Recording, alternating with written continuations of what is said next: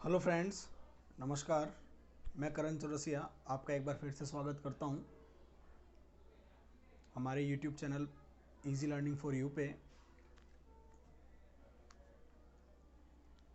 आज हम हमारा नया टॉपिक एसक्यूएल में ऑर्डर बाय क्लाउज को समझेंगे कि एसक्यूएल ऑर्डर बाय क्लाउज क्या होता है और किस काम में आता है।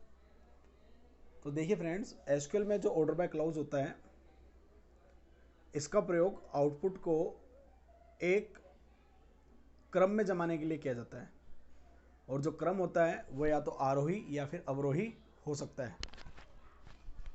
और आरोही क्रम के लिए ASC असेंडिंग ऑर्डर और अवरोही क्रम के लिए DESC डिसेंडिंग लिखा जाता है। ठीक है, मतलब ऑर्डर बाय क्लाउज क्या करता है, जब सेलेक्ट स्टेटमेंट के माध्यम से, क्योंकि एसक्यूएल में सेलेक्ट स्टेटमेंट के द्वारा ही रिकॉर्ड को प्रदर्शित किया जाता है और जो रिकॉर्ड प्रदर्शित होते हैं वो किस में से होते हैं, टेबल के अंदर से होते हैं। तो एसक्यूएल में जो ऑर्डर बाय क्लाउज है ये क्या करता है, जो सेलेक्ट स्टेटमेंट से आउटपुट प्राप्त हो रहा है, मतलब जो टेबल या रिकॉर्ड दिख रहे हैं उन रिकॉर्ड्स को एक सीक्वेंस में जमाने के लिए या एक सीक्वेंस में दर्शाने के लिए किसे काम में लिया जाता है, ऑर्डर बाय क्लाउज को। आइए शुरू करते हैं। तो देखिए फ्रेंड्स, बात कर रहे हैं अपन एसक्यूएल में ऑर्डर बाय क्लाउज। एसक्यूएल में ऑर्डर बाय क्लाउज मैंने आपको भी बताया था, आउटपुट को एक निश्चित क्रम में जमाने के लिए एसक्यूएल में ऑर्डर बाय क्लाउज को काम में लिया जाता है। तो देखिए, पहला काम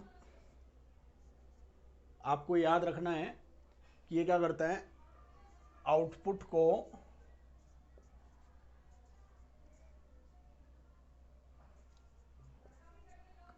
क्रम में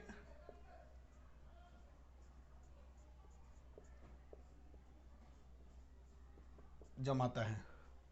पहली चीज तो ये आपको याद रखनी है। दूसरा प्रयोग, जो क्रम होता है, क्रम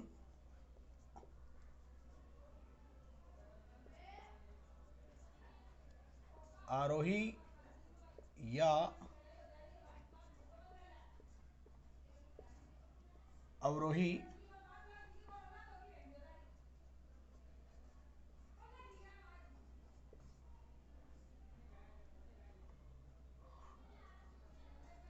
हो सकता है।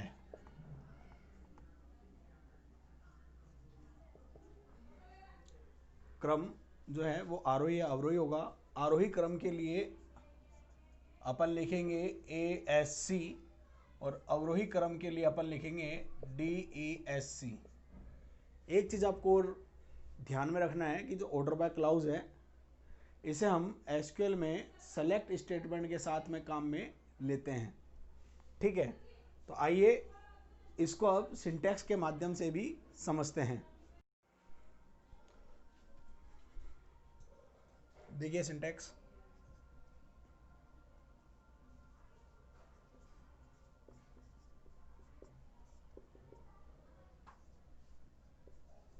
Select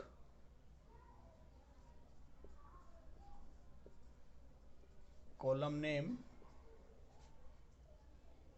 from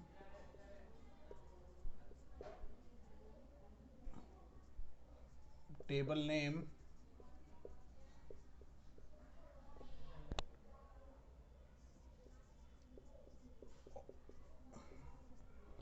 order by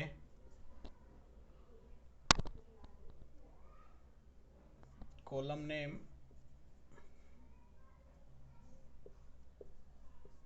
brake, आगे अपन जिस क्रम में जमाना चाहते हैं ASC या फिर DESC। तो देखिए फ्रेंड्स, ये अपना सिंटैक्स है जिसमें मैंने लिखा है सेलेक्ट, क्योंकि आपको मैंने बताया है कि जो ऑर्डर बाय क्लाउज है ये सेलेक्ट स्टेटमेंट के साथ में काम में आता है।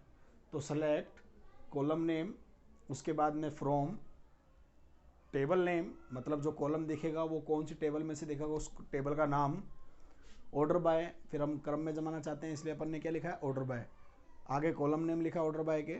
तो कॉलम नेम का मतलब हुआ आप कौन से वाले फील्ड को या कॉलम को क्रम में जमाना चाहते हो। और आगे है ASC या DESC, मतलब आप असेंडिंग ऑर्डर में जमाना चाहते हो या डिसेंडिंग ऑर्डर में। यदि आप असेंडिंग ऑर्डर में जमाना चाहते हो तो आपको लिखना पड़ेगा ASC, और यदि आप डिसेंडिंग ऑर्डर में जमाना चाहते हो तो आपको लिखना पड़ेगा DESC। तो देखिए इसको अपन एक टेबल बनाते हुए समझते हैं।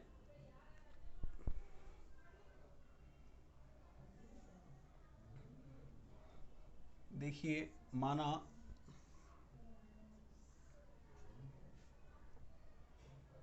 हमारे पास में स्टूडेंट है,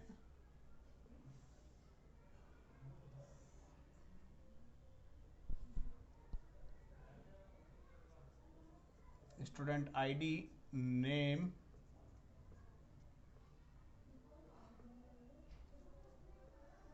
और क्लास, ये 3 फील्डें दी हुई हैं, 101, 102, 103, 104। और मैंने यहाँ पे अपने 4 नाम देने हैं, अजय, विजय, राज, श्याम। मैंने अपने ये 4 नाम दे दिए, अजय, विजय, राज और श्याम। अब देखिए फ्रेंड्स, मैंने क्लास दे दी 12th, 10th, 12th और 12th। अब ये 4 स्टूडेंट हैं, या फिर अपन ऐसा करते हैं ना, अलग अलग दे देते हैं, जिससे आपको समझने में और आसानी होगी।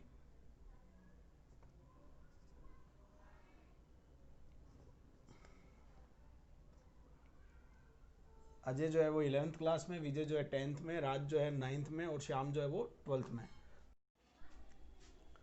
देखिए स्टूडेंट, माना हम ये जो क्लास है इस वाली फील्ड के रिकॉर्ड्स को असेंडिंग ऑर्डर, बढ़ते हुए क्रम में दिखाना चाहते हैं। तो उसके लिए अपन क्या करेंगे, एग्जाम्पल देखिए।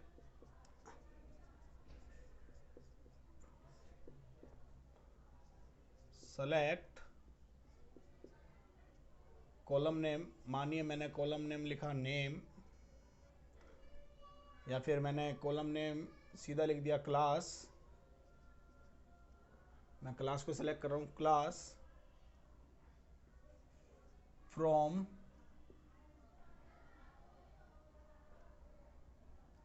टेबल नेम मेरा स्टूडेंट है, ऑर्डर बाय क्लास, और उसके बाद में मैंने लगा दिया ASC, क्योंकि मैं बढ़ते हुए क्रम में जमा रहा हूं तो इसलिए मैंने क्या लगाया, ASC। इससे क्या होगा, देखिए आप,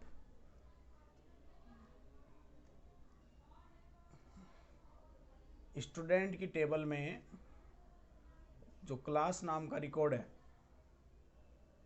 आउटपुट यहां पे बना देता हूं मैं। स्टूडेंट की टेबल में जो क्लास नाम का फील्ड है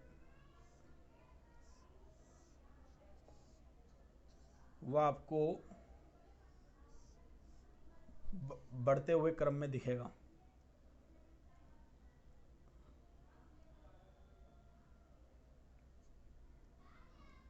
सबसे पहले 9, उसके बाद में 10, फिर 11 और फिर 12। तो इस प्रकार से क्या होगा, एक टेबल में जो क्लास वाला फील्ड है, क्लास वाला कॉलम है, वह आपको बढ़ते हुए क्रम में दिखेगा। अगर अपन चाहते तो अपन पूरी की पूरी टेबल को प्रदर्शित कराते हुए क्लास के रिकॉर्ड्स को असेंडिंग या डिसेंडिंग ऑर्डर में भी जमा सकते थे।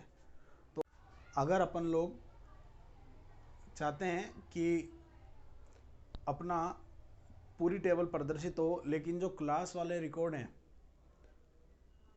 वो असेंडिंग ऑर्डर के हिसाब से रिकॉर्ड्स को प्रदर्शित करें, तो देखिए अपन को यहाँ पे लिखना होता है सेलेक्ट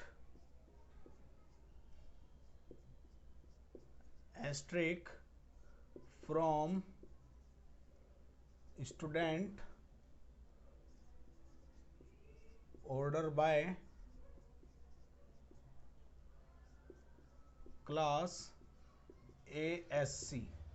तो इससे क्या होता, देखिए इससे तो आउटपुट ये बना था, लेकिन जो ये वाली कमांड है इससे आउटपुट क्या बनेगा इस प्रकार का।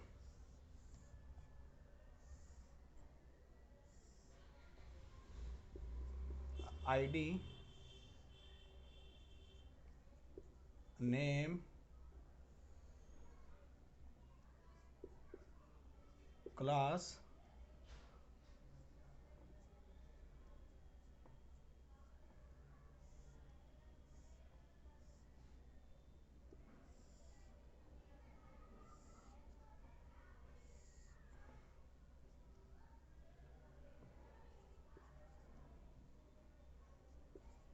एक 102 101 104